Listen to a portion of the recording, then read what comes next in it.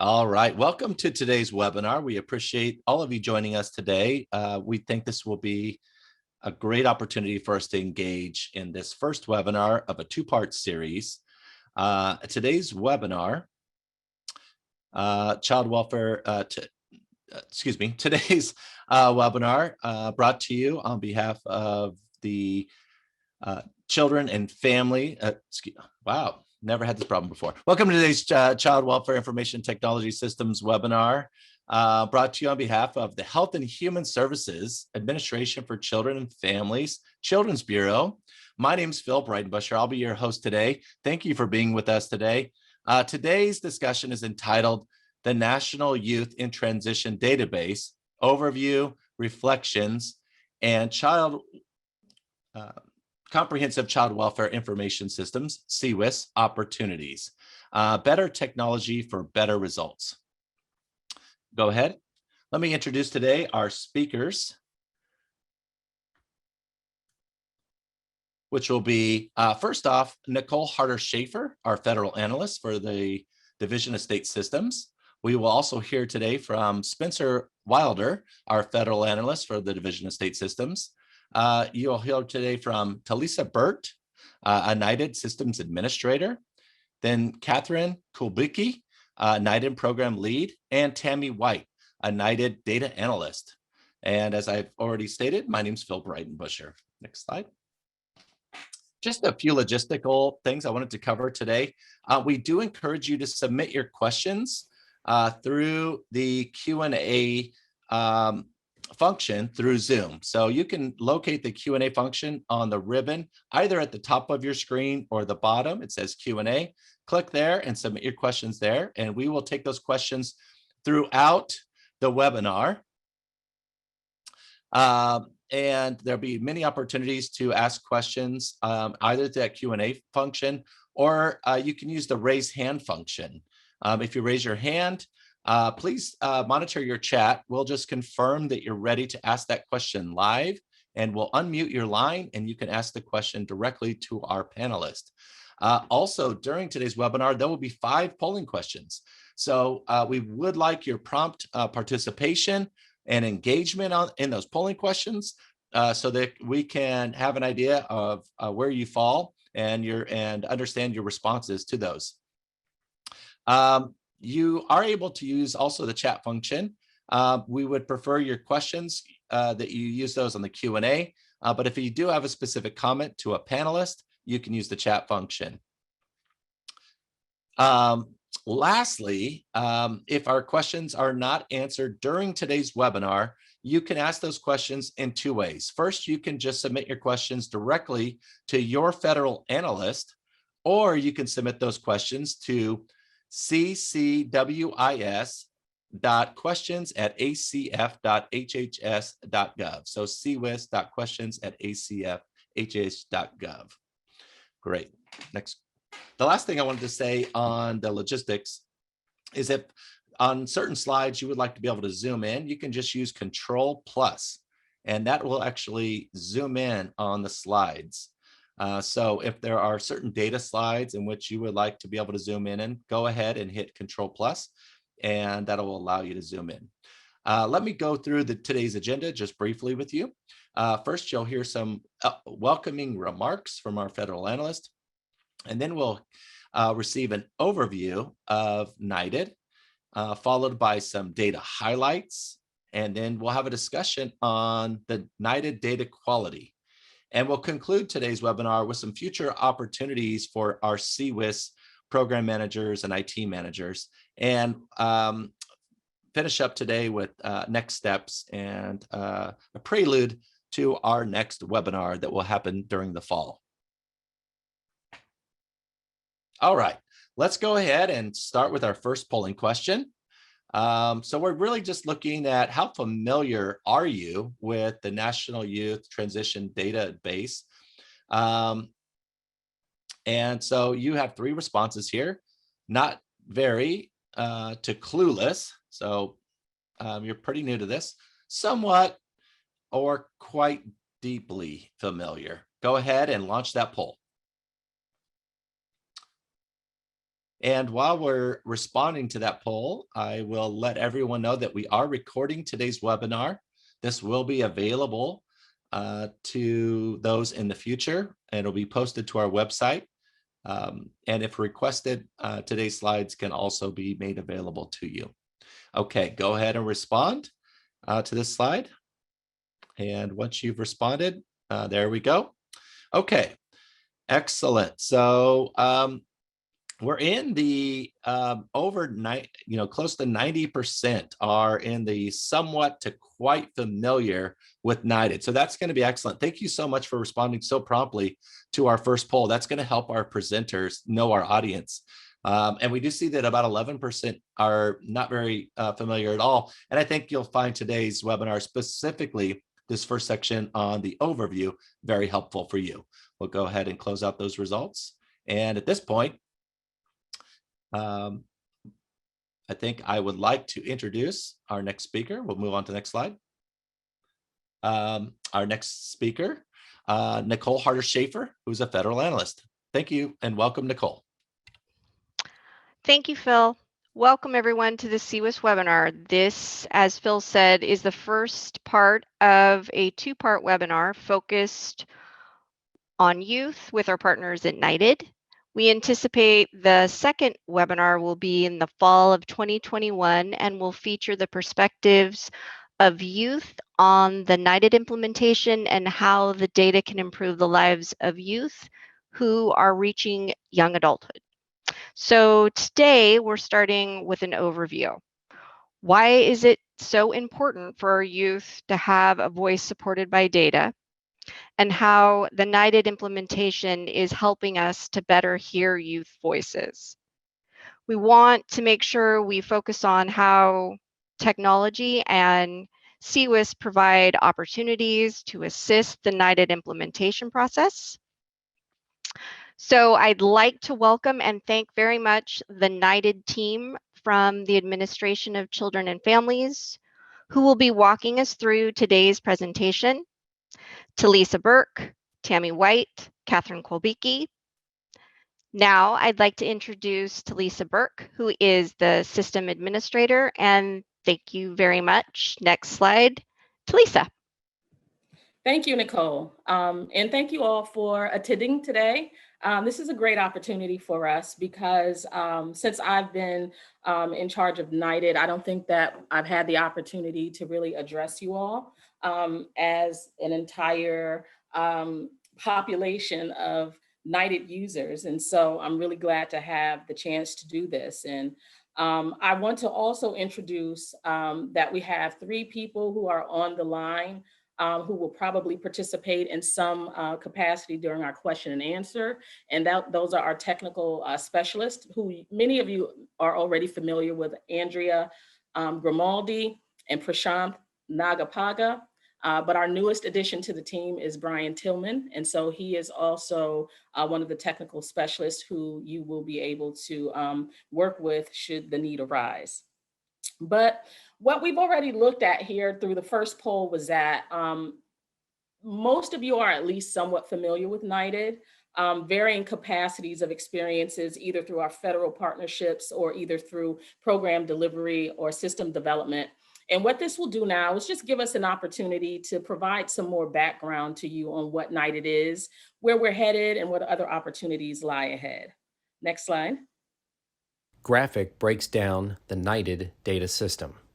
So most of you understand NYTD as a data system, right? So this provides us, again, with an opportunity to look at NYTD beyond that, but to look at NYTD as an enterprise system. And that will probably change how you see the work that we perform here. So we'll start with data systems. That's pretty self-explanatory. We make sure that the system functions and meets all regulatory and security requirements. This work also includes system modifications and updates as necessary as well. Then we have the data collection and compliance process. This is where we conduct semi-annual collection efforts from states. And this is where we're also responsible for reporting compliance findings and assessing penalties. The other area of our work involves the help desk and technical assistance. The TA specialists that I mentioned before are available by phone and by email to assist with challenges experienced by our end users. And sometimes there are targeted calls to states about issues that we observe when they submit files. We also provide additional resources online through our Children's Bureau webpage. We have technical assistance briefs, Q&A, and fact sheets. The fourth area is our data analysis. And Tammy White, who you'll hear from later on the call, she serves as our primary research and data analyst. But we use our NYTD data for federal reporting, requests for data from outside sources, and other ad hoc analysis. And finally, on-site review and performance management. This is a massive undertaking, and it involves on-site reviews of states to assess program delivery, technical specs, and youth engagement. And at one point, all of these components were under one person, and that's Miguel, my predecessor. It was under Miguel's oversight. And we've learned that the on-site review portion of this work is massive, and it requires full attention. And so Catherine Kubecki has taken on that as a primary responsibility. So when we talk about NYTD and the data collection, what are we actually talking about? So we capture about 58 data points from our states: the demographics, who do we serve, services provided, how do we serve them, and the outcomes. Are these efforts helping to improve outcomes for young people? Next slide. Next slide. Slide shows a NYTD data collection schedule by population for fiscal year 2011 to fiscal year 2027. Column titles include Federal Fiscal Year, All Youth Receiving Services, Baseline Outcomes, 17-year-olds, Follow-up Outcomes, 19-year-olds, and Follow-up Outcomes, 21-year-olds. Graphic highlights fiscal year 2021 with Cohort 3 under Follow-up Outcomes, 21-year-olds.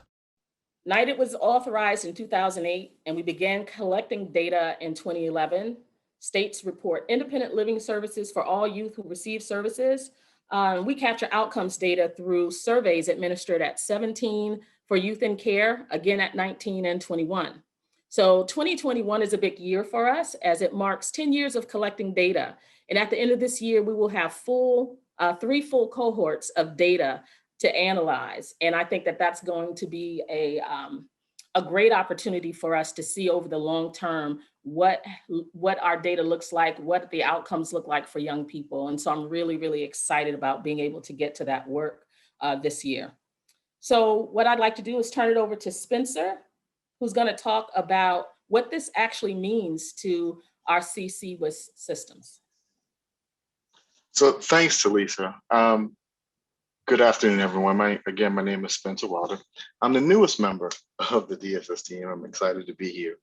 And we want to start to move our conversation around NYTD and how that is going to work with CCWIS. So next slide, please. So we thought the best place to start is pretty much at the basics and setting the foundation. So I want you in your mind the slide is titled what we need. And I want you to put a couple of dots and after that, it's what we need from our end. And that's from DSS and ACF. And these are the basic requirements that we're asking for all CCWIS applications to have. You all should know that we're asking that the data that Talisa just talked about, all that data should be documented, should be captured in your CCWIS system. It may not be reported out of that, but you need to have the basics for that information in your system. You have to have data quality. Here again, we're talking about it being timely, being accurate, and being complete. There must be some element of data quality wrapped into and incorporated into your CCWIS system, just to make sure that the data that you're reporting is beneficial. And lastly, you have to make sure that any agency outside of your child welfare agency, community-based agencies, anything that is deemed a child welfare contributing agency and is providing any kind of support, that has to be, there has to be an exchange, there has to be, that data has to be stored and captured within your CCWIS application. So these are the kind of must-haves. These are the non-negotiables. These are the things that we know from our end, from a federal end, that we're asking for each one of your applications to in some way incorporate. So this is our piece of the pie. Next slide, please. So you're going to notice this is a polling question, but here again, the title of the slide is what we know, and ... And this is from your end. We know that this is the hardest population to serve. You're talking about longitudinal studies. You're talking about trying to track kids at different points in time, especially right after or soon after they leave the foster care system, which is extremely difficult to do. Many of these things we'll discuss a little later in the webinar, but we've noticed that there are 4 general areas that people have issues around and challenges with, and trying to figure out how to make their system really reflect that. And so you'll see identifying the most appropriate or the appropriate survey population. That is a big deal. We're working with cohort data. So how do you make sure that you have all the folks and all the participants and all the youth that you're supposed to have at those different times? The second part is the survey collection. Are you using the proper instruments? Do you have the proper things that you need to administer at the proper times? Are you getting the response rates? Can you find and can you keep the youth engaged?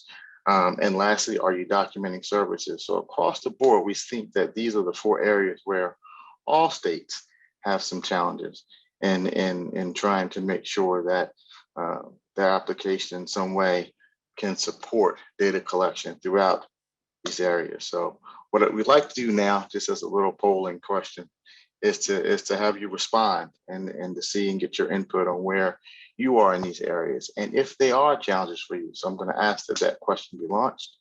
Thank you.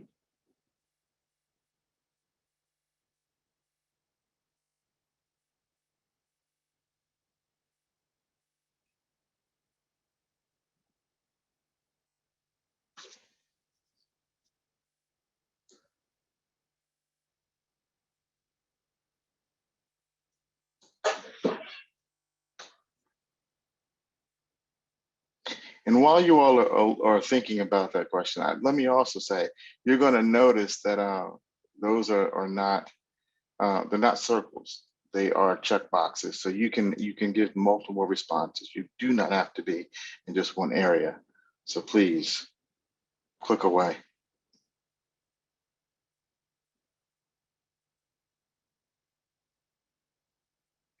Wow. So based on the responses, we're looking like most folks are having challenges in the survey collection and being able to find and engage youth, which are important things to consider. That is almost 54 and 70% of you all are having issues finding and engaging youth. And so as we move forward, we're going to need to be a little more targeted in how we actually deal with those issues. The important thing is that, next slide for me, please. Now we're talking about from both of our ends what we hope. And so CCWIS really presents an opportunity for, I know Talisa has talked about requirements and we've talked about data collection, but CCWIS presents an opportunity to move beyond all that and to really start to talk about good practice. A lot of things that you're dealing with are not IT issues, trying to engage youth and trying to keep them engaged and trying to locate them. Let IT support you in that process, but that's the beginning of it. I know that these comments may be a little philosophical, but they're really important to incorporate. Remember, your audience is not going to be just ACF or in DSS. Your audiences are really going to be your workers and your families. You want to build an application that supports your work and not simply stores your work. So remember the 3 E's, be effective, be economical, and be efficient. And that's what we're looking for. Use your APD to really propose what your approach is. Make the case as to why you want to do particular things and how you want to use technology to support those processes. We should be able to see your workers in your plan. It should be clear and concise enough to be able to lay all that out. Build what you need. I remember when I first started here with the agency, and even before, and Terry Watt would say, this is an opportunity for states to build what they need. So don't try and build something that that's not going to get you the data, and it's not going to be in support of your workers and how they do their work. You must make sure that you're doing things that incorporate them and where they are and how to move forward. Next slide, please. So with that being said, I think we're gonna open it up to questions. Here again, feel free to know that you all can use the chat and type in your questions and raise your hand, and we'll be able to respond. Thanks, Spencer, and that's absolutely right. Please use the Q&A function for questions. We are monitoring both Q&A and chat. Also, if you raise your hand, please note we will send you a chat just to be sure you're ready to answer that question live, and we'll unmute your line. All right, but right now, Spencer, it doesn't look like we have any questions or hands raised. So, oh, the question did just come in.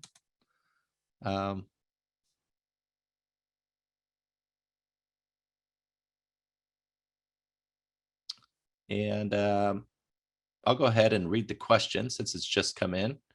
To meet CCWIS requirements, can states use an external survey tool to collect NYTD data, or should the survey be integrated in their CCWIS system?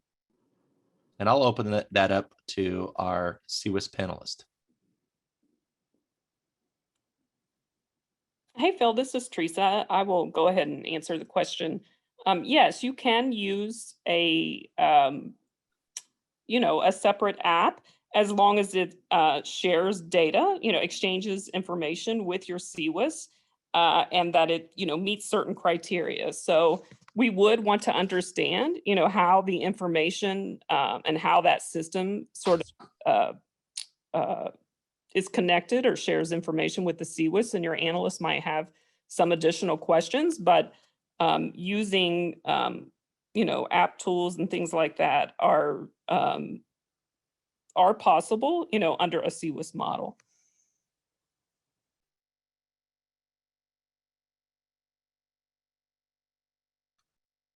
Great. Thank you, Teresa, for taking that question.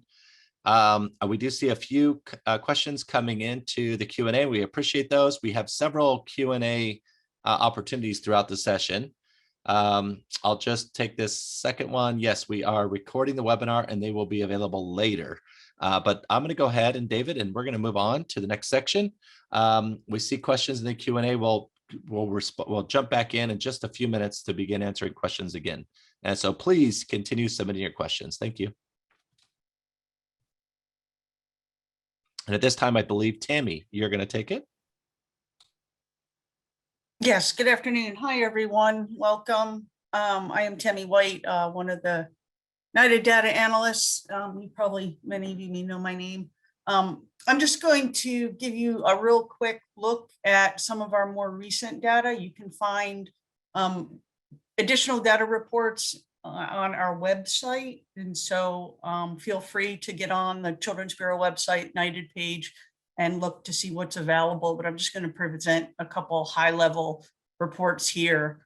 You can do the next slide, David, please.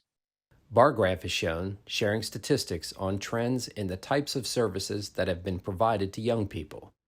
Such services include independent living needs assessment, academic support, post-secondary educational support, and 11 others. First of all, as Talisa probably reminded you, NYTD collects information on youth who are provided independent living services. This is information reported to us by states. I believe it comes directly out of their CCWIS systems. We have, as Talisa said, have been collecting it for 10 years now almost. And we haven't seen much difference in the percentages of young people who are receiving these types of independent living services over the last few years, with the exception of the last couple of years. As you can see that in these 14 categories, states report to us whether the youth has received at least one of those services in each of those categories. So there are multiple response categories. And they've remained fairly consistent. Academic support has consistently remained probably one of the top independent living services provided and reported by states. And that's remained fairly consistent. But over the last couple of years, 18 and 19 in particular, we've seen a slight decline in the percentage of youth being reported in these services. And I think this is a good opportunity for states to kind of think about how data are collected and engage youth in the types of services that they want to see. And so I think this is a great place to say, well, is this a reflection of perhaps better data collection, that we're better able to identify the certain services that go into these categories? Or is it that, you know, as a service provider, as one of our service providers, we're not kind of offering the types of services these youth want to engage in, and so we're seeing a drop off in uptake. But I think it's a real good opportunity to generate discussions with states and with program people, to have an integration of IT and programming discussions on services. Next slide, please. And as Talisa again reminded you, the other part of our United data collection, which a lot of people are interested in, is the information that we collect from young people themselves through surveys. Cohort 2 is the most recent complete cohort we have currently. As Talisa noted, the 21-year-olds for Cohort 3 are being surveyed this year. So we won't have that information until probably winter of 2022, January 2022 maybe. But this gives you a slight glimpse of what Cohort 2 young people are saying, which honestly didn't vary so much from responses from Cohort 1. The response rates have been higher, but the actual types of responses and the information we're getting hasn't varied so much, which is kind of interesting. But as you can see at our baseline population, we had almost 24,000 young people at age 17 who were eligible to take that survey, and a little over 16,000 of them took that, which is a great response rate for age 17, 69%. And as you get, you know, at 19 and 21, you expect to see a drop in response rates. But the states did really well, considering as it's harder to find, as you all said in your earlier survey, one of your most challenging things is to locate youth. And we often find, we have seen that at 19 and 21, the reason for non-participation is unable to locate or invite is probably one of the top reasons why a 19-year-old or 20-year-old doesn't respond to the survey. But I just wanted to note on this slide that you'll see it, particularly at 19, and it carries forward in age 21, that the eligible population has dropped. Is much smaller than that 16,000 that were eligible at age 17.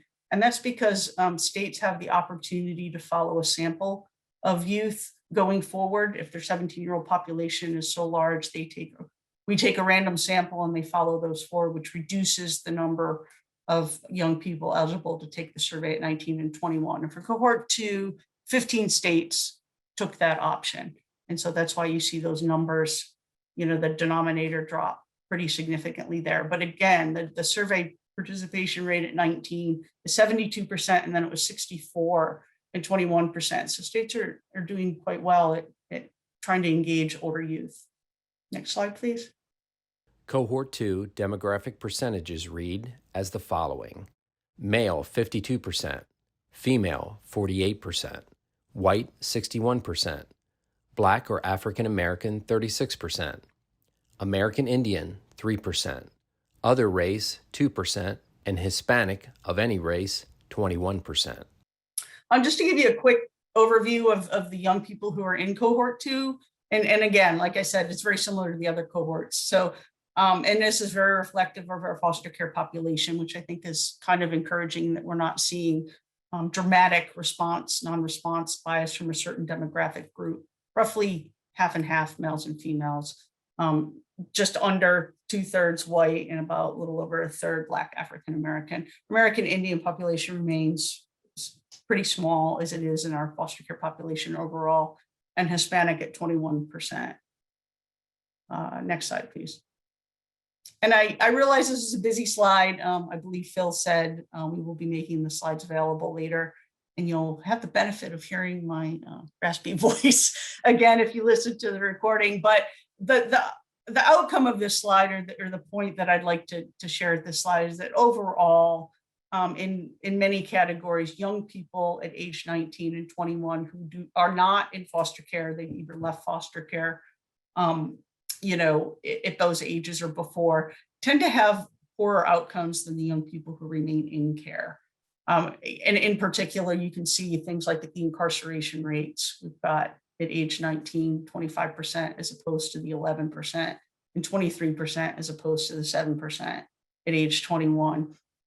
Encouragingly, though, the connection to an adult remains pretty high, slightly lower for those not in care, but also in the upper 80s. So that's actually not a bad thing. And I think that's a real positive outcome for states and program people, maybe a little less IT people, but to kind of make sure that those adult connections, that young people have an opportunity to either engage in adult connections or maintain adult connections, because we have found that that's almost a protective factor for many young people to help them avoid high-risk behaviors and just give them support as they transition to adulthood.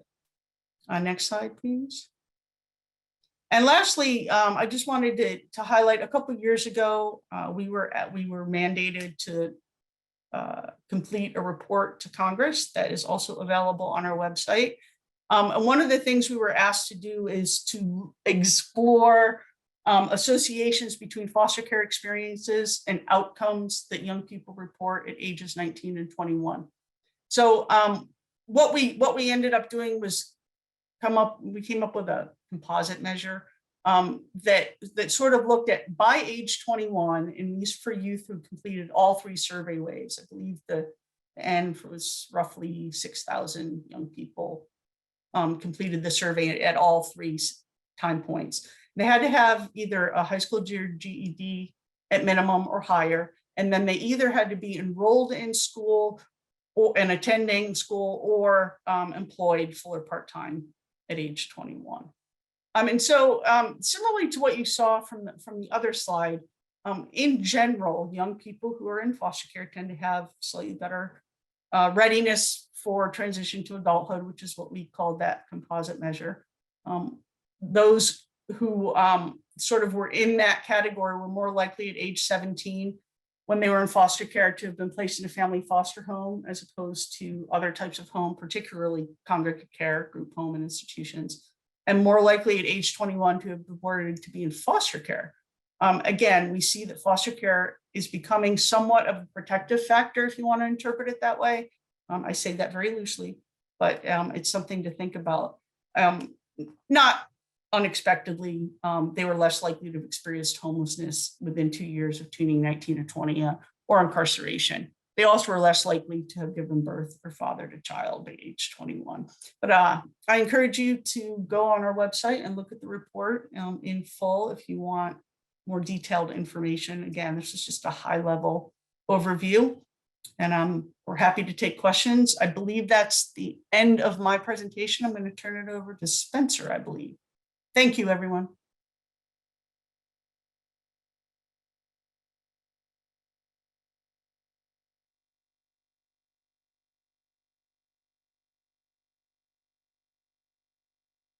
Great. Thank you very much, Tammy.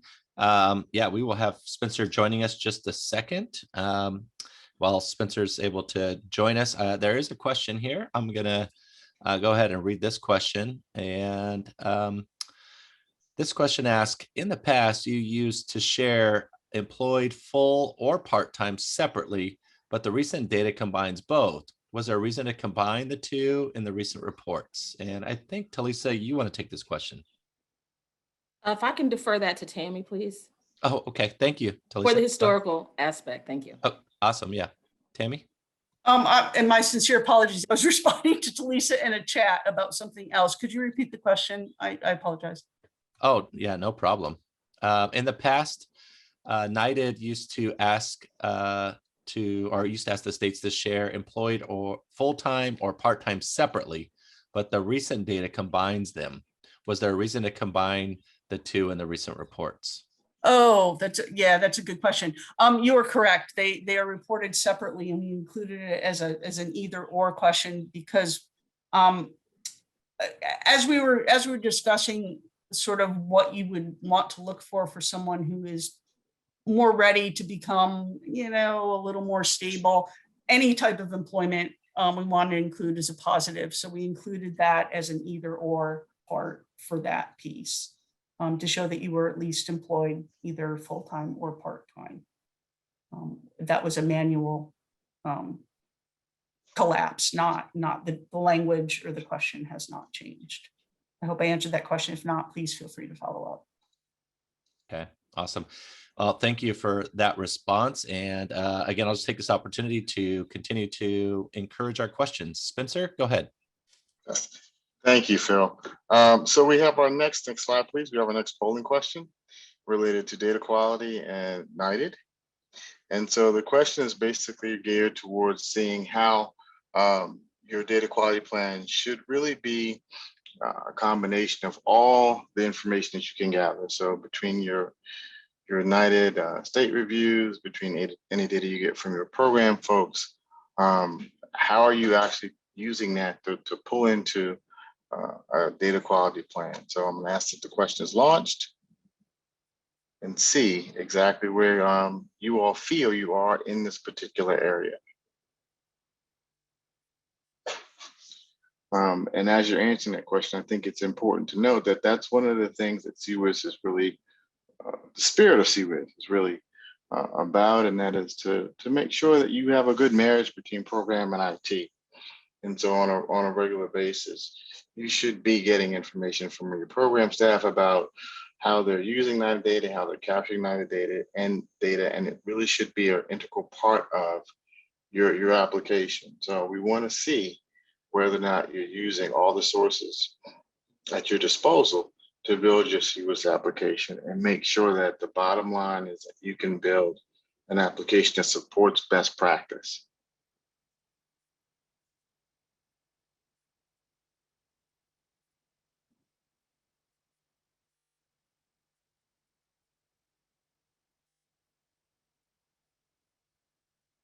So over half of folks are actually using the NYTD review and feedback in their data quality plan, which is outstanding. We've got a few areas that are connected, and we've got slightly some who are not using their plans. So we just would really encourage you all to, as best you can, take that information and incorporate it into an actionable plan and include it into your data quality approach.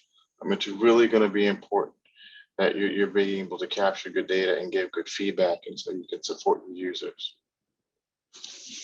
With that, we're going to move on to our question and answer period. We're going to turn it back over to Phil. Yeah, thanks, Spencer. Just for the sake of time, we're going to go ahead and continue, and I'm going to introduce Talisa. We'll come back to questions in just a moment. So Talisa, would you like to take us from here? Sure. Go ahead, David. Next, yeah. So maintaining data quality. Next slide. Illustration of state data systems, CCWIS, SACWIS. Data collection process is shown, breaking down how states collect data and what they can access within the NYTD portal. When we think about NYTD and the data system itself, what we're really talking about are young people and their experiences in our care. And so we can't lose sight of that, even though we're talking about highly technical things and even, regulatory requirements and such. And so it's important to be sure that the information that we're collecting from states are accurate. That's the only way that we can tell the best story about what young people are experiencing and what services that we're providing to them. So we do have a number of systems in place to kind of help ensure data quality. This illustration right here is a very high level depiction of the data collection process overall, right? And so it starts with the states collecting the data and using the INDRU if they choose to use that before transmitting a file to us. When they transmit the file to NYTD, it goes into our database. We have 2 of them, and one is at NIH and the other is at Park Lawn. And from that database, the NYTD portal can access that data. So that's why when you log into the NYTD portal to submit your actual file to us or to look at your compliance findings as state users, that's where we're kind of drawing the information about your state from. And the federal users also use that to generate reports, to pull data, and basically to generate compliance for our users. Next slide.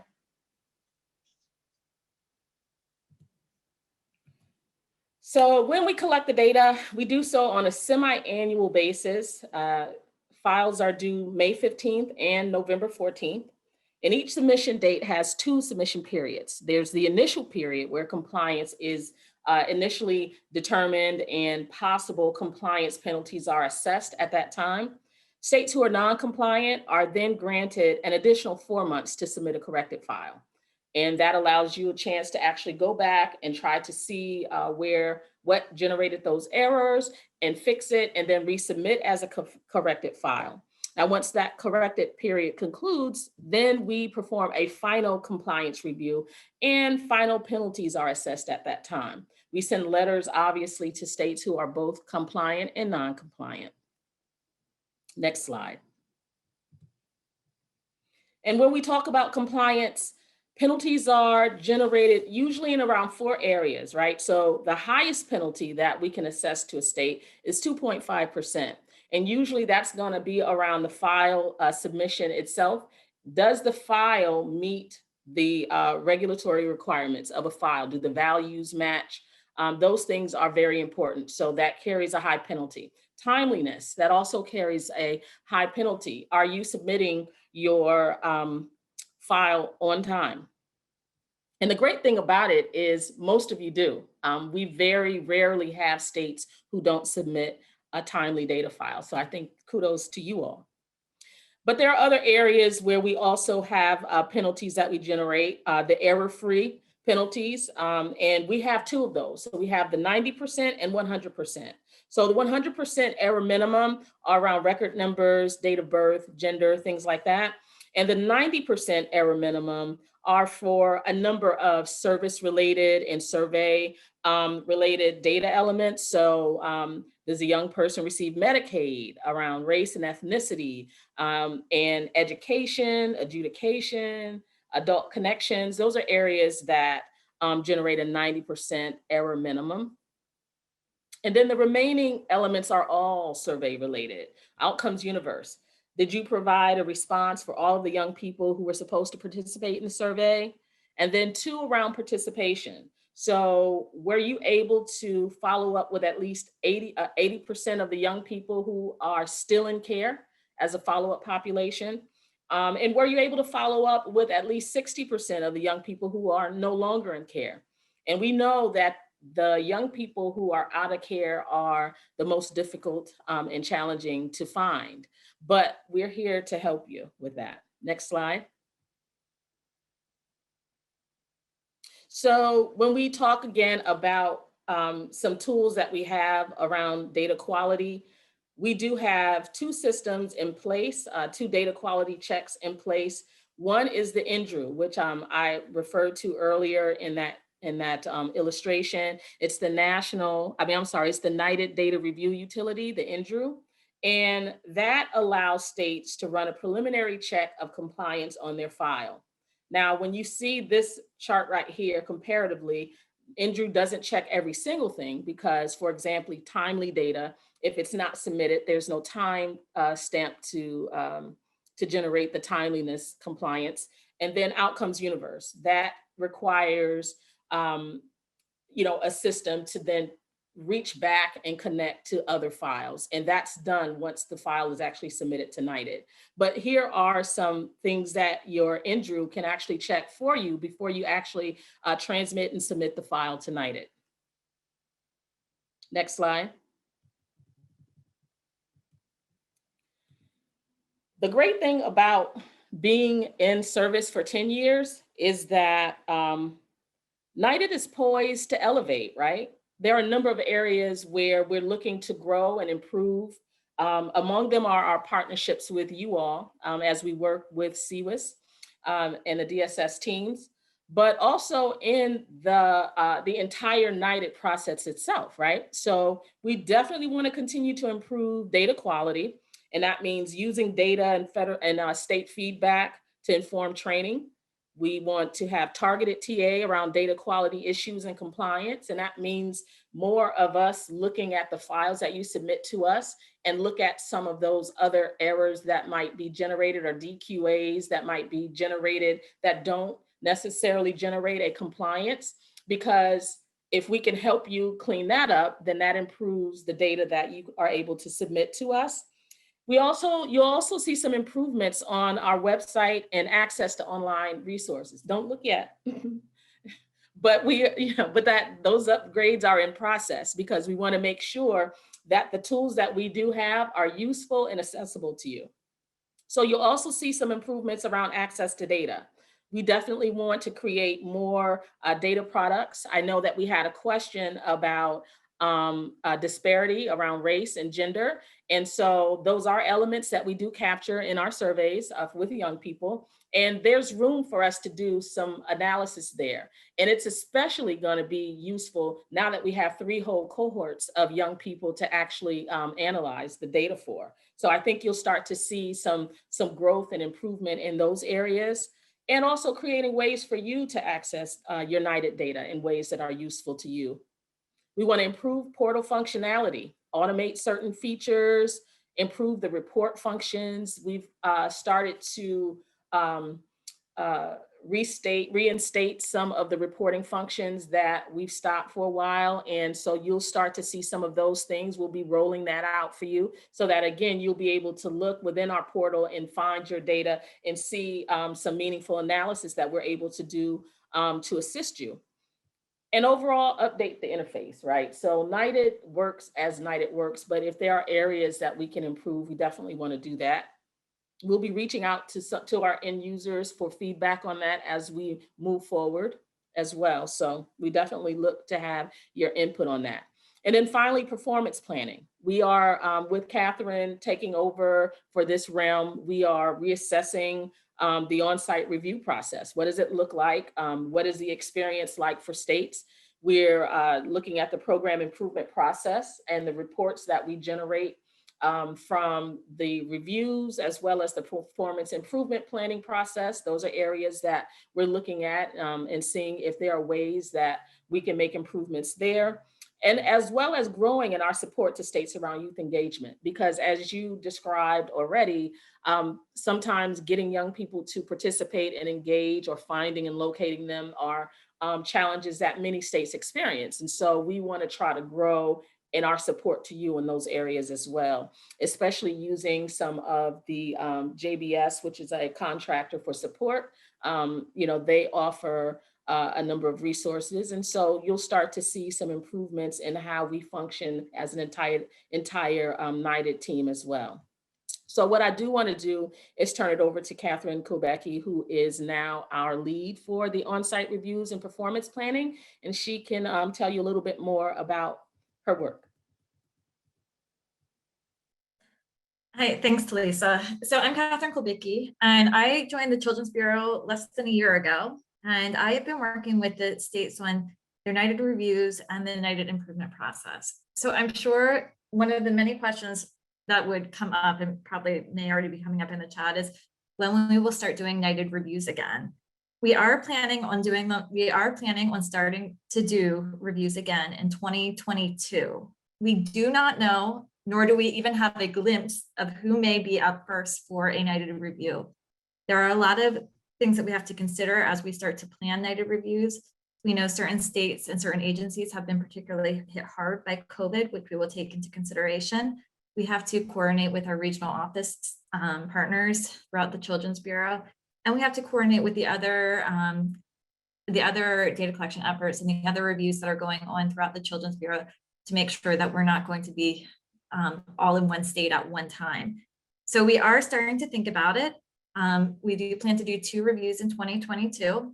So as we figure out which states will be up for reviews, we will let them know as soon as possible, and we will give ample time and plenty of time, because we do know that this is a challenging time to restart review processes again.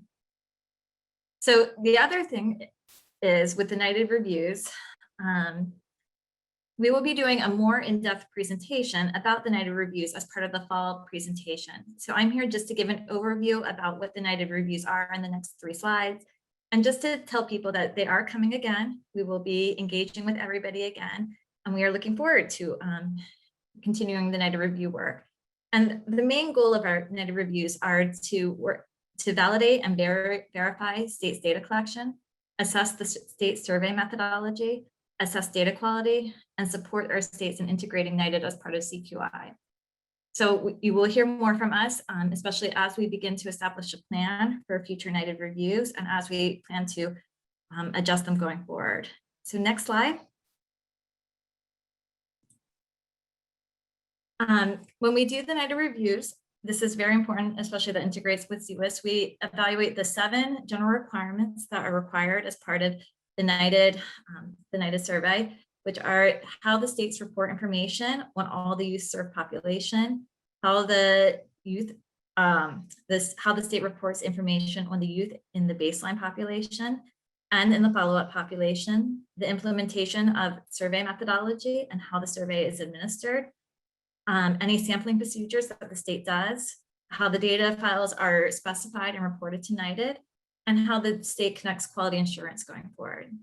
So in the upcoming fall webinar, which was highlighted a little bit earlier on in the presentation, what we plan to do is to highlight some of the lessons learned from the NYTD reviews that have already taken place, what we have learned, what we have seen, how we have moved through the improvement planning process with the states who are in improvement planning processes, and how we've worked with the Department of State Systems and how we work with the CCWIS to help the states move forward to best report these general requirements and the data elements that are part of NYTD. So next slide. So we have 9 states that have had reviews. We have 1 state that is just about to enter an improvement planning process with us. And we have 2 other states that recently that started an improvement planning process with us.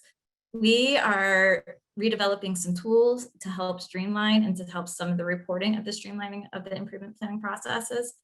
If you are a state that's in an improvement planning process and you haven't heard from me yet, you will hear from me shortly as I'm making my rounds to all the states and introducing myself and re-engaging some of the states in their improvement planning process and introducing my role in NYTD. So we will be here and we will be presenting more of the data and more of the findings of how this has all been integrating in the fall webinar. So I think that's it for me, and we'll be turning it back over to Spencer. Thank you, ma'am. And we are ready for our next polling question. So I'm going to ask the next slide, please. And with all the things that we've discussed, we're here again, data quality is going to be paramount as we talk about the opportunities that CCWIS presents and your ability to really improve upon your NYTD data survey collection. And so what we want to know is of all the things that we've talked about, are you using them and how they contribute to your data quality? So if you wouldn't mind, we're going to launch the question and see where you fall and see how many of you all are already using some of these things in terms of making sure that your NYTD data is accurate and timely and complete.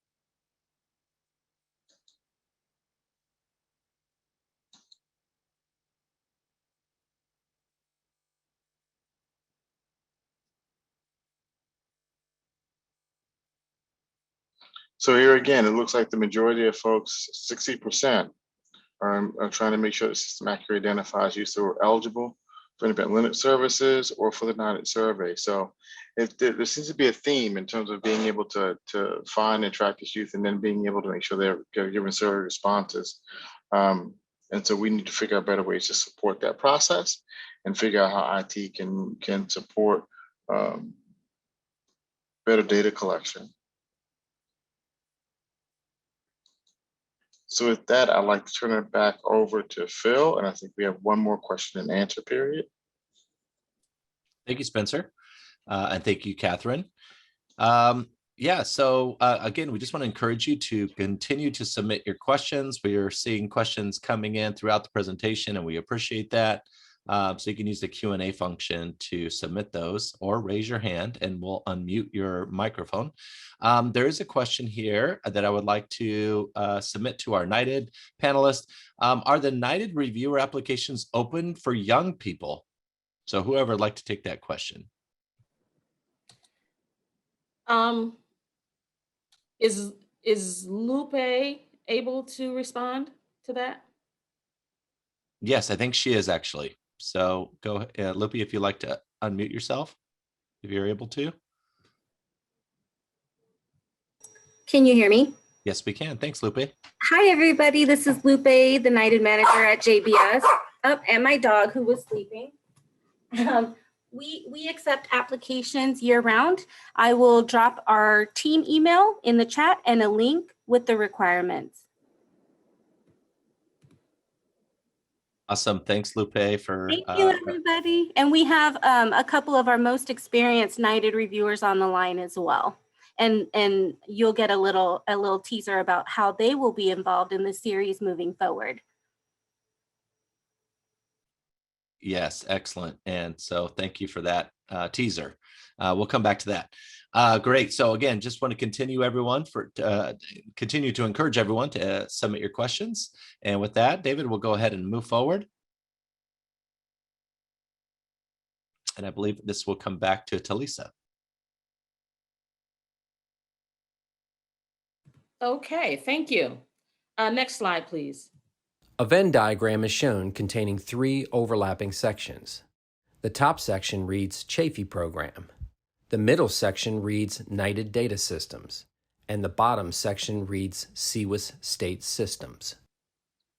So this is really a basic illustration of what NYTD looks like in relation to the Schaefer program, right? And so we know that as states provide services to young people, they report that information to us through the NYTD data system. And we use both aspects, right? The programmatic and the technical, in order to come together and support NYTD compliance and support the on-site reviews. And the important thing about the on-site reviews is that usually that's one of the first times that our states, the technical people and the programmatic people are in the room at the same time.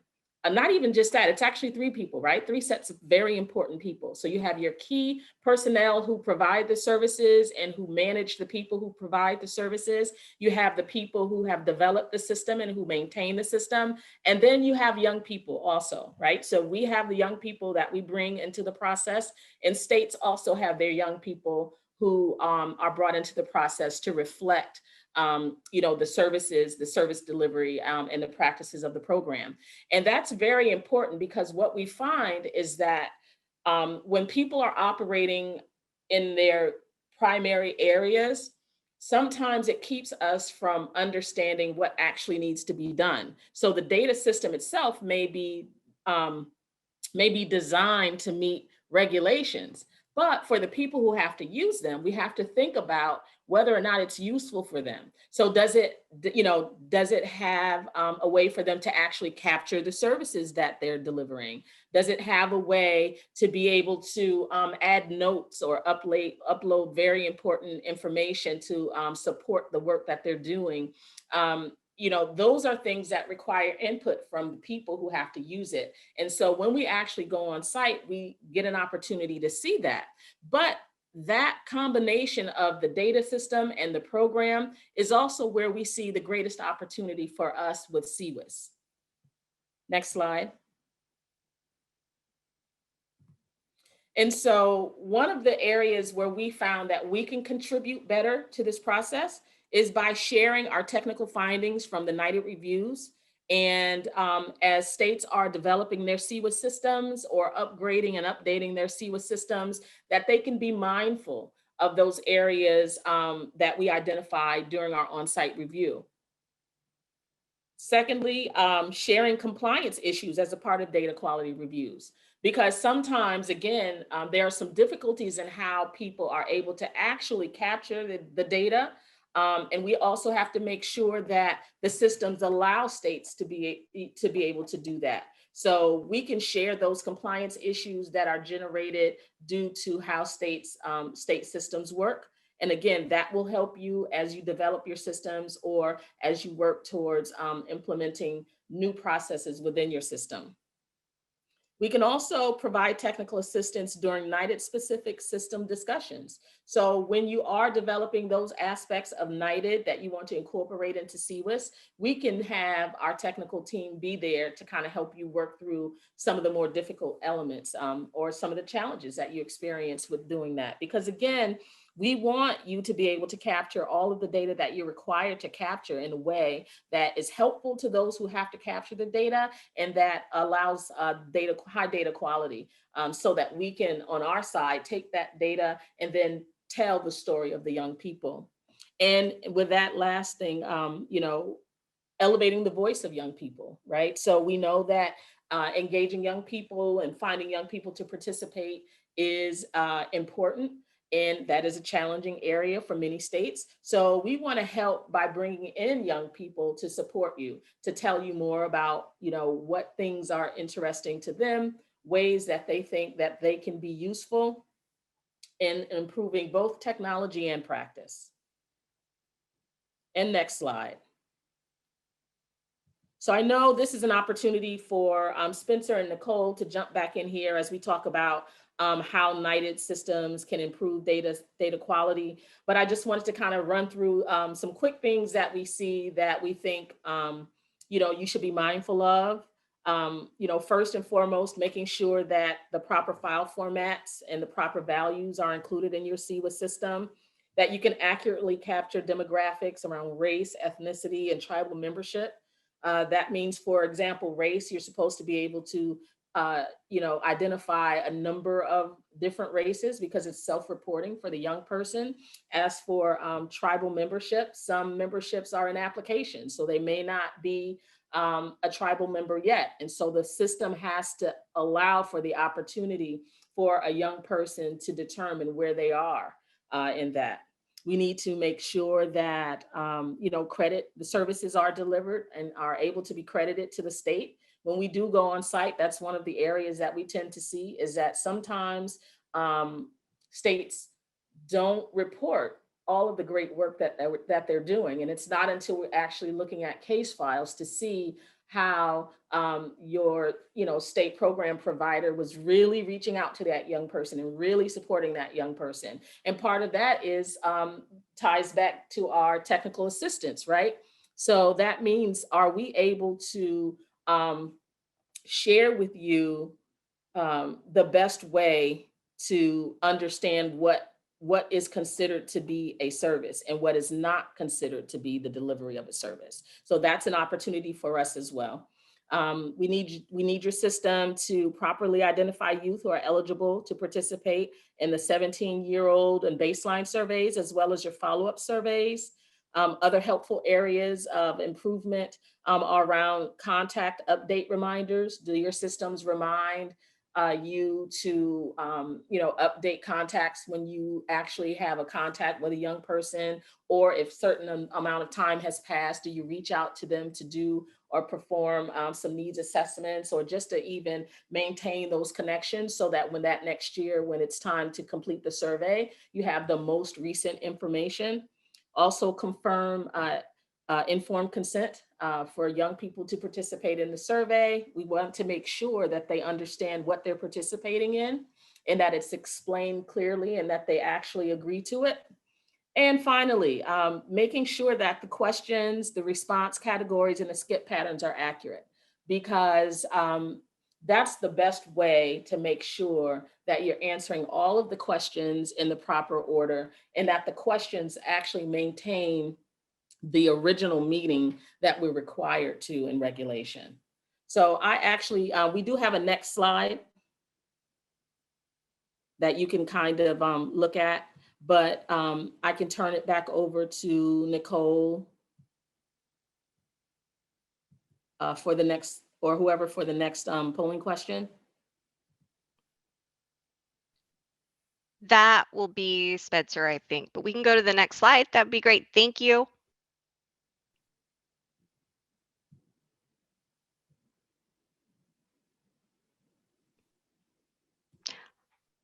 Okay, so the topic that interests you most for fall CWIS webinar, focusing again on youth.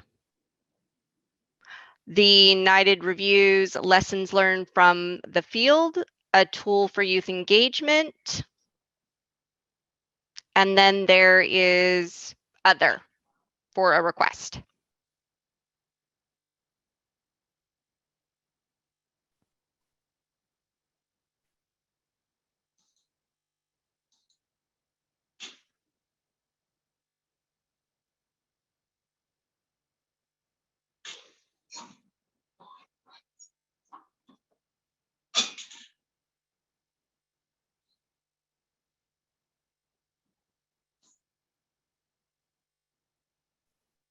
All right, we're just going to give it one more. There we go. We're going to launch.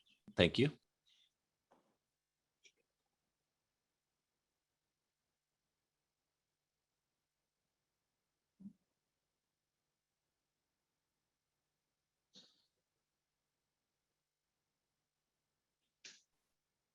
All right, we see the results here, and it looks like 65% of you would like the next conversation to be around a tool for youth engagement. 54% of you would like the topic to be on NYTD reviews, lessons from the field.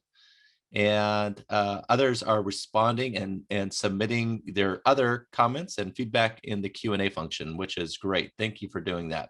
All right, we'll go ahead and move forward. And we're going to share some resources. And I believe we're going to hand this back to Lisa at this point. Okay, so really, this closes out our presentation today. And this right here is really just a list of, okay. So these are online resources. So we have a web page, and again, that web page, unfortunately, we can't reach it from the menu. So if you go into our CB website, into training and technical assistance and reporting systems, you'll see NYTD in the drop-down menu there. If you have some challenges that you're already experiencing or some questions that you have about NYTD, you can easily reach out to our NYTD help desk at nytdhelp@acf.hhs.gov. And one of our technical assistants, technical specialists, as well as myself, will be able to assist you there. And look forward to our rollout of our new online webpage for NYTD. I think that you'll find it a lot more useful and intuitive and easy to use. Next slide. And now I'll turn it back over to our CWIS team. All right, well, we just wanted to just go through a few resources here just to wrap things up.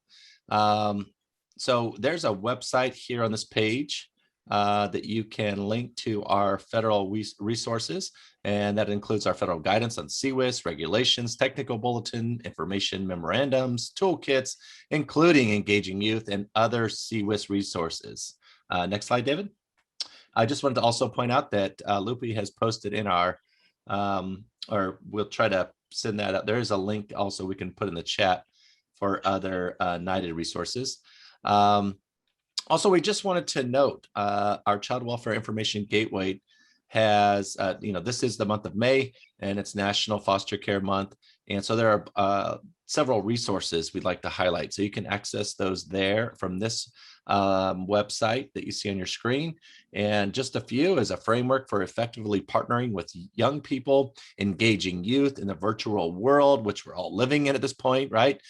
Permanency Pact, lifelong kin-like connections between youth and a supportive adult. So we encourage you to take a look at those resources. Next slide. All right. Wrapping up here, we're just taking a quick look at our final Q&A to see if there are anything that's come in, and I don't see anything. And again, we'll just give you one moment. If you do have a question, you can submit that now. Otherwise, or you can raise your hand and we can unmute your line. Otherwise, we do appreciate all of our panelists today for being on this webinar. We thank you so much for your wonderful contributions. We look forward to engaging many of you in the fall in our next webinar. And so I see a question has come in. I'll let our NYTD folks take a look at that and let you respond if you'd like. All right, next slide. So again, thank you all for being here today. We do plan to have a part 2 of today's webinar in the fall. So your feedback in the polling question and your suggestions in the Q&A are very helpful. If you have continued questions, we do encourage you to reach out to your federal analyst. And of course, you may also submit those questions to CWIS@acf.hhs.gov. All right. I think we'll be able to respond to that question online, and we'll go ahead and move forward. And that will conclude our webinar for today. Is there any comments from our panelists that you would like to end with before we close out today? I thank everybody. I thank CWIS, for inviting us to have this presentation, and for and all of the, the contracting team, David and Phil and everyone who helped us put it together. So thank you all for that. And thank you all for the states who decided to attend, because this is where we kind of learn what your needs are, and we want to be responsive to that. So having the opportunity to hear from you and to hear some of these questions, as well as to introduce and roll out NYTD to you all and our new team, I think that's very important. So I'm glad we had the chance to do that today. Wonderful. Thank you, Talisa. Thanks to the NYTD team. Thanks to our CWIS partners. Thanks to all of our participants for being here today. We really appreciate the work all of you are doing on behalf of children and families. Have a wonderful holiday weekend. We wish you the best. And that will conclude today's webinar. Goodbye, everyone.